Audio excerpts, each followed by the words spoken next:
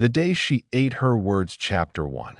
The setup. Aisha's Saturday mornings usually started slow: coffee, music, maybe a scroll through her phone. But today was different. Today, she had a date. Her best friend Nadia had been trying to set her up for months. "He's perfect, trust me," Nadia had said during their last girls' night out. "Smart, respectful, good-looking, and he's got his life together." And before you ask, no, he's not married. No kids, no drama. Aisha had laughed, half interested. "And what's the catch?" "There is no catch. You'll see. Just meet him, okay?" Now here she was, in front of her mirror, curling the last strand of her hair, inspecting her wine-red dress for any lint. She wanted to make the right impression, confident but approachable, sophisticated yet warm. She pictured him in her head, maybe a banker, a consultant, or a tech entrepreneur. Definitely someone polished, the type who knew good wine and had a passport full of stamps. She slipped on her gold hoop earrings and spritzed her perfume. She texted Nadia, "I'm ready. Heading out now. You better be right about him." The cafe was buzzing with weekend energy, the hiss of the espresso machine, the clink of cups, soft acoustic music in the background. Aisha took a seat near the window, her heart doing that nervous flutter dates always brought. Every time the door opened, she glanced up, a young couple holding hands, an old man with a newspaper, a teenager with headphones. Then the door swung open again, and in walked a man who looked like he belonged in a magazine ad for success.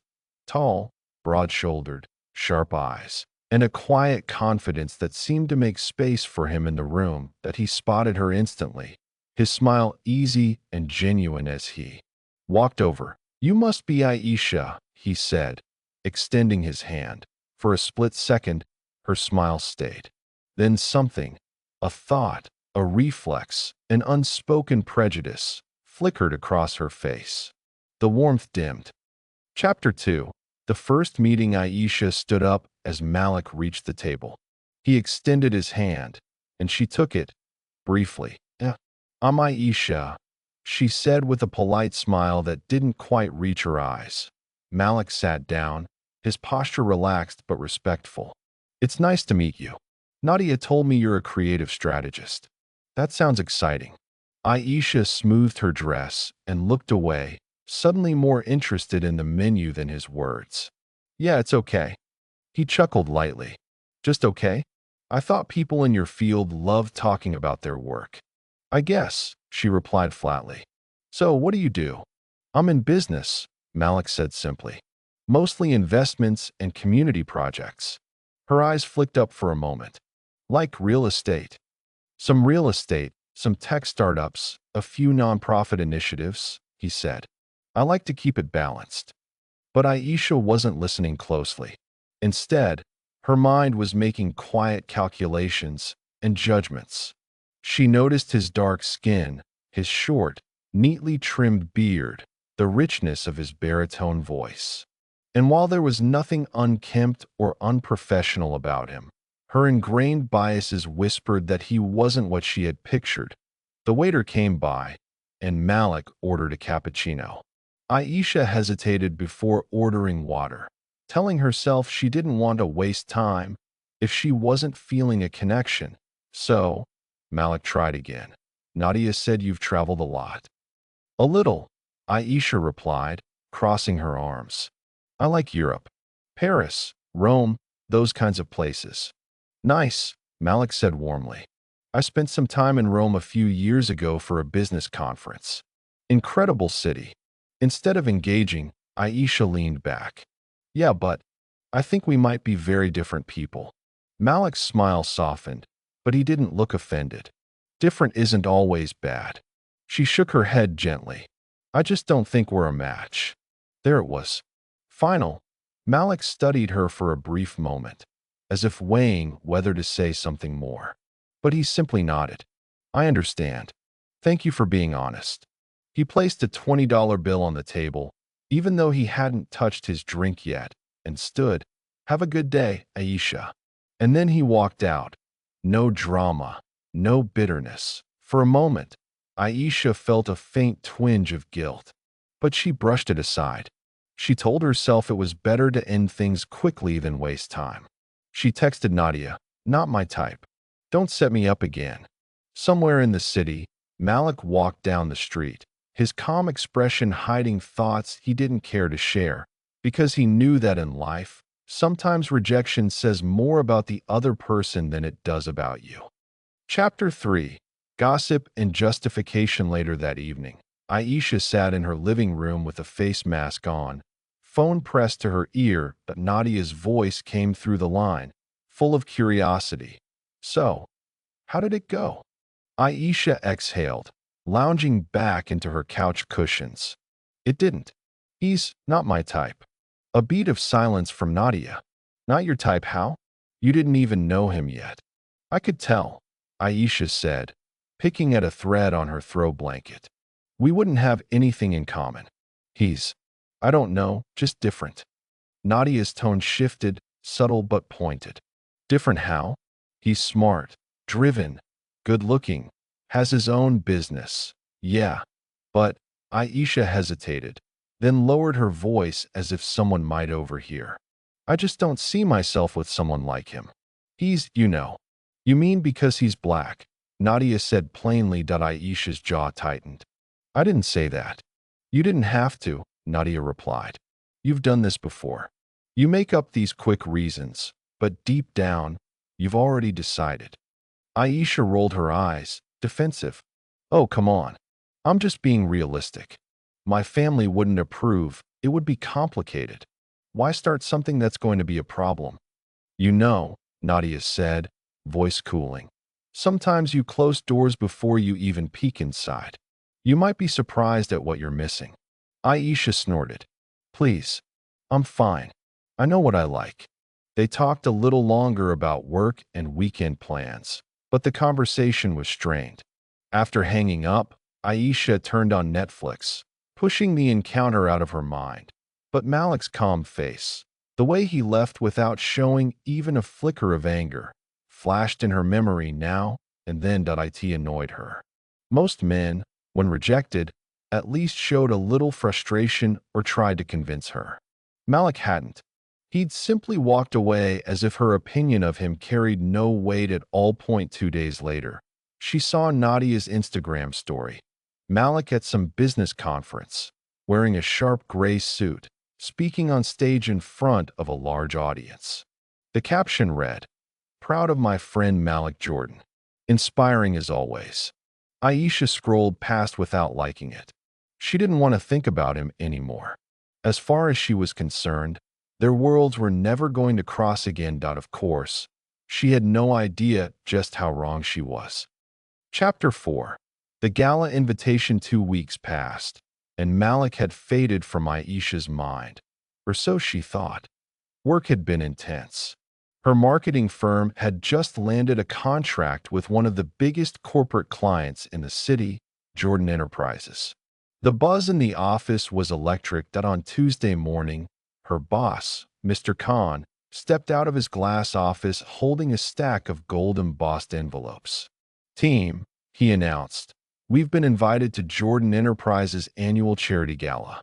This is a huge opportunity for networking. I'll be selecting a few of you to attend as representatives of the firm."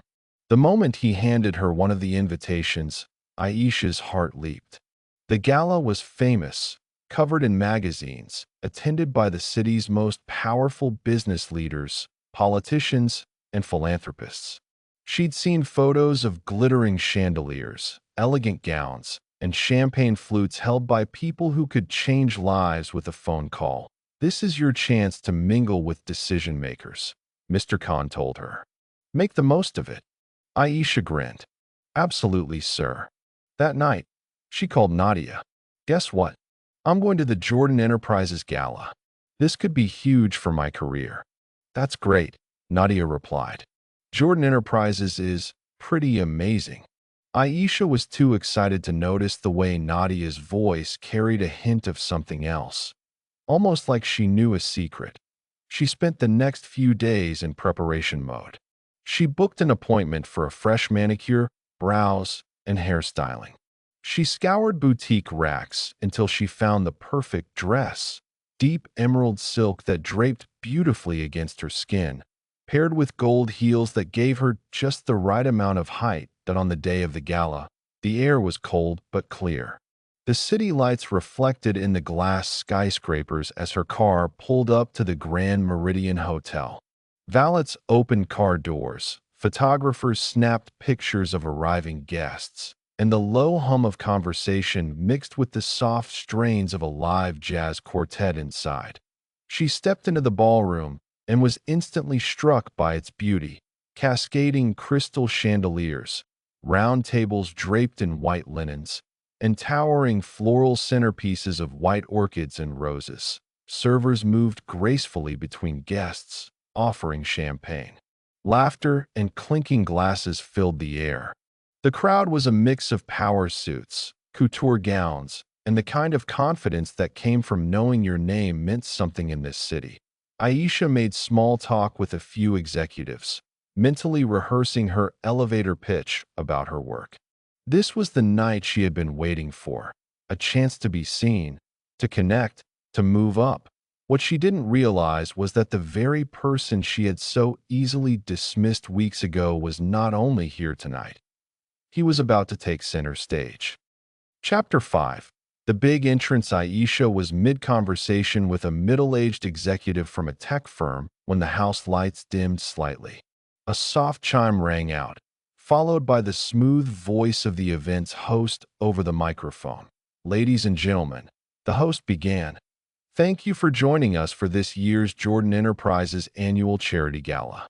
Tonight, we are honored to welcome a leader who has redefined success, not only in business, but in service to the community. Please join me in welcoming the youngest CEO in the company's history, Mr. Malik Jordan." The room erupted in applause. Aisha froze, her champagne glass halfway to her lips. For a moment, she thought she had misheard. But then, from the side entrance near the stage, he appeared. Malik. He was in a black tailored tuxedo, the kind that seemed to be cut specifically for him. The stage lights caught the rich tone of his skin and the polished confidence in his stride. There was no hesitation in the way he walked, just the quiet command of someone who had been in rooms like this all his life. Aisha's breath caught. He shook hands with the host, then stepped to the podium, his presence filling the space. The crowd quieted almost instantly. "Good evening," Malik began, his deep voice carrying warmth and authority. "It's an honor to stand here tonight, not just as the CEO of Jordan Enterprises, but as someone who believes deeply in the power of opportunity." Aisha's pulse quickened. She could feel heat creeping up her neck. He spoke about his company's initiatives: building schools in underserved neighborhoods, funding scholarships for underprivileged students, investing in small businesses owned by women and minorities. His words painted a vision of a city where success wasn't determined by where you were born or what you looked like. Then he paused, letting his gaze sweep over the crowd. For the briefest second, his eyes landed on hers. There was no malice there, no smugness, just calm recognition. "Sometimes," Malik continued, "the greatest doors in life are closed before we even knock, simply because of who we are.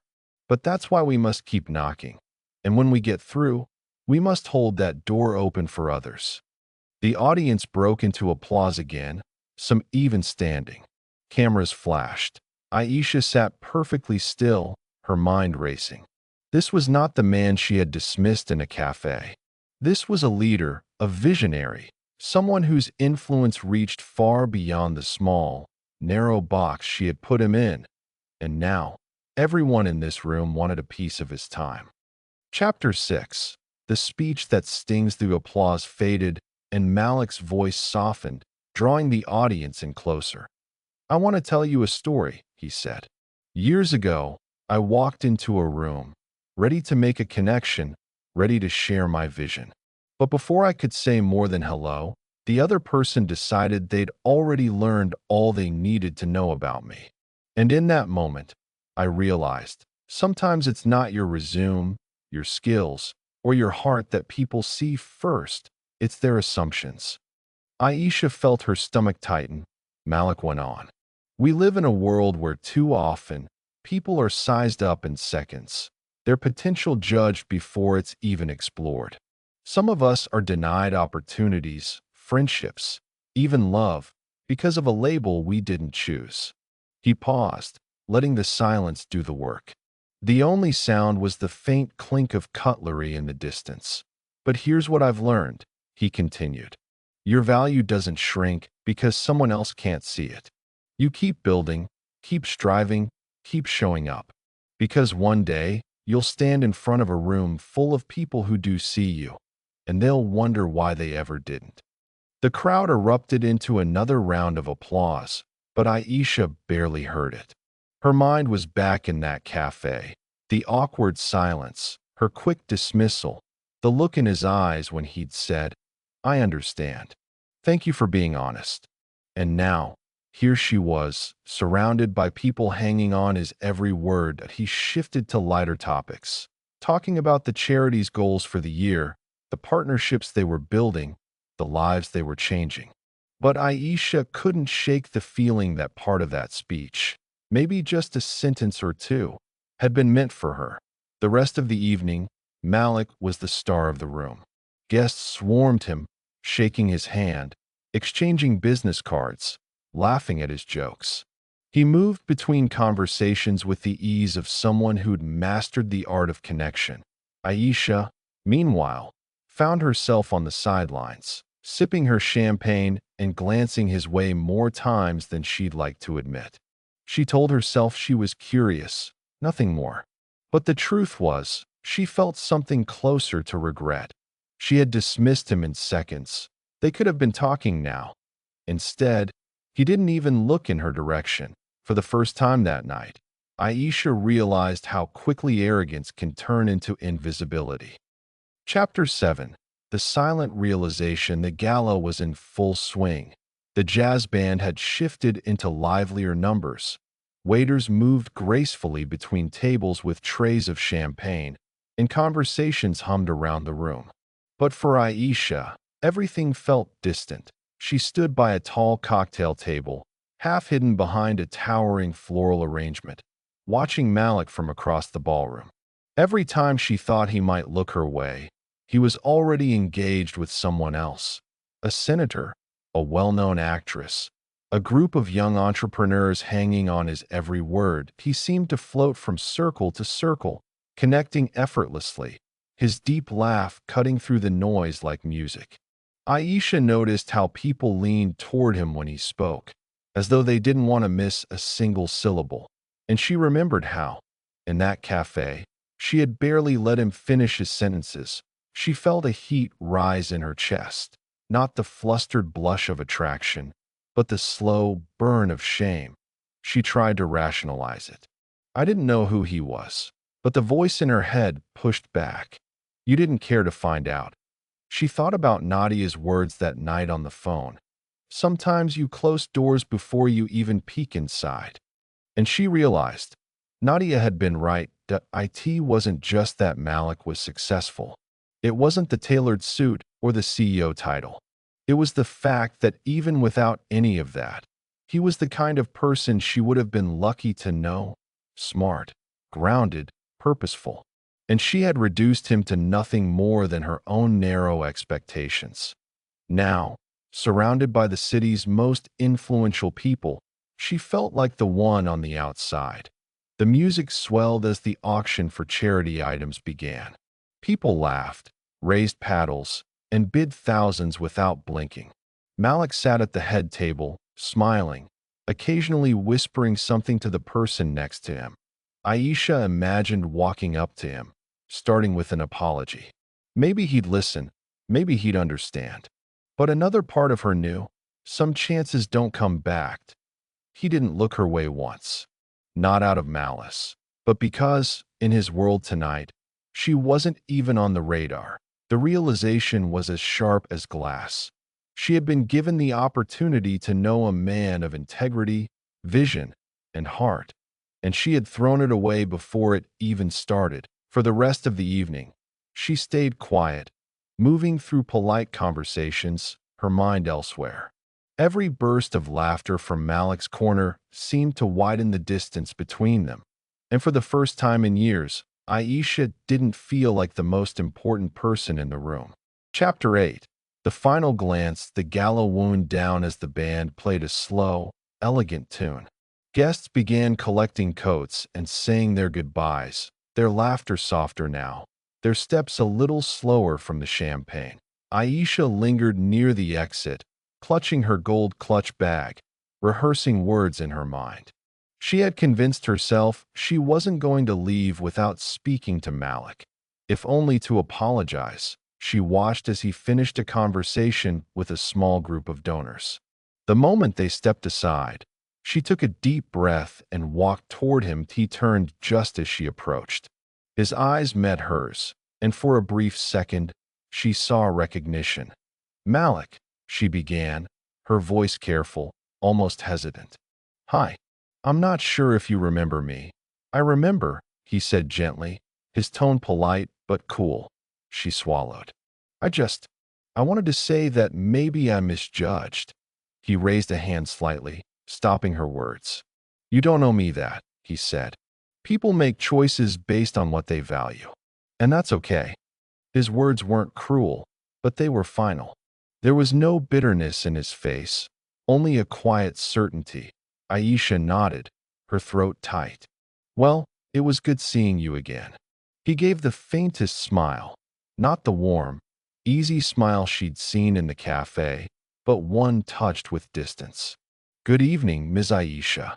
And then, just like that, he stepped past her toward the lobby, where a waiting crowd greeted him like an old friend. She turned to watch him go, realizing the painful truth. She hadn't just rejected a date weeks ago. She had rejected the chance to know a man whose worth couldn't be measured in titles, money, or influence. And now, she would never know what could have been. Outside, the cold night air bit at her skin as she stepped into her ride. Through the tinted glass, she saw Malik in the distance, shaking hands with a city official, his breath visible in the winter air, his posture tall and assured. For a moment, she wondered if he thought about that day in the cafe at all. But deep down, she knew. He had long since moved past it. She, on the other hand, would carry the memory like a small stone in her pocket. A reminder of the door she had closed before even knocking to as the car pulled away. The ballroom lights grew smaller in the rearview mirror until they were just a faint glow against the dark city skyline. And in that fading light, Aisha realized something she would never say aloud. She hadn't just seen Malik tonight. She had seen herself.